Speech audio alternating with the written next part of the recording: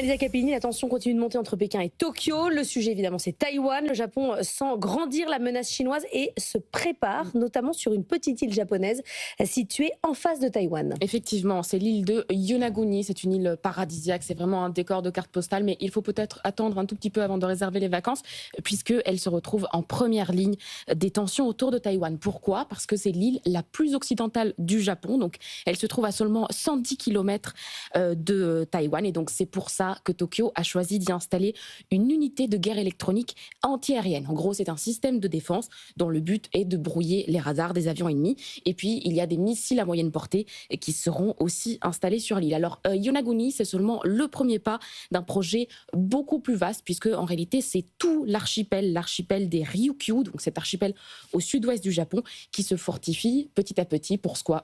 Eh bien, parce qu'il serait en première ligne en cas d'un conflit ouvert pour Taïwan. Donc, Tokyo installe sur chacune de ces petites îles des équipements stratégiques, que ce soit des batteries de missiles, que ce soit des tours radars, que ce soit des dépôts de munitions, bref, tout ce qu'il faut pour être prêt à intervenir dans le cas d'une action chinoise à Taïwan, à tel point que l'opposition japonaise parle d'un archipel de missiles. Qu'a répondu la Chine ?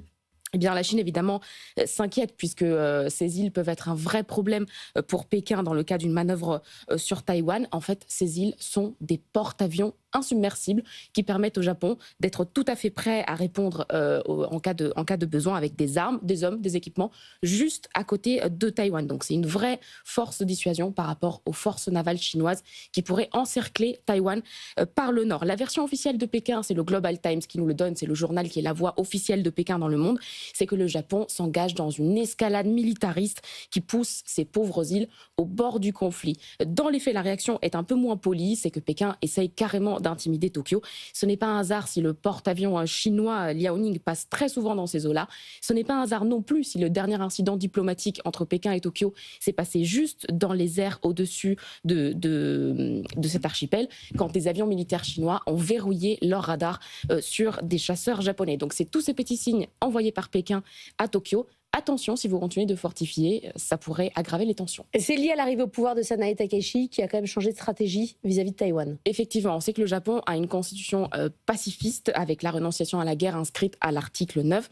Pour l'instant, le Japon et donc Takaichi continuent de se cacher derrière l'idée de la dissuasion. En gros, plus c'est difficile, plus c'est coûteux d'attaquer Taïwan sans s'exposer à des lourdes pertes, moins évidemment, plus la perspective d'un conflit s'éloigne. Il y a quand même un scénario qui inquiète tout le monde, c'est le scénario d'une intervention américaine pour défendre Taïwan, parce que dans ce cas-là, le Japon serait presque obligé de s'associer à cette intervention, du moins pour protéger l'alliance avec les États-Unis, qui est absolument vitale pour Tokyo. Donc il faut bien surveiller ces petites îles, parce que c'est là, dans ces quelques kilomètres perdus entre l'océan Pacifique et la mer de Chine, qui se joue une partie de l'avenir de Taïwan. Merci beaucoup Annalisa Capellini.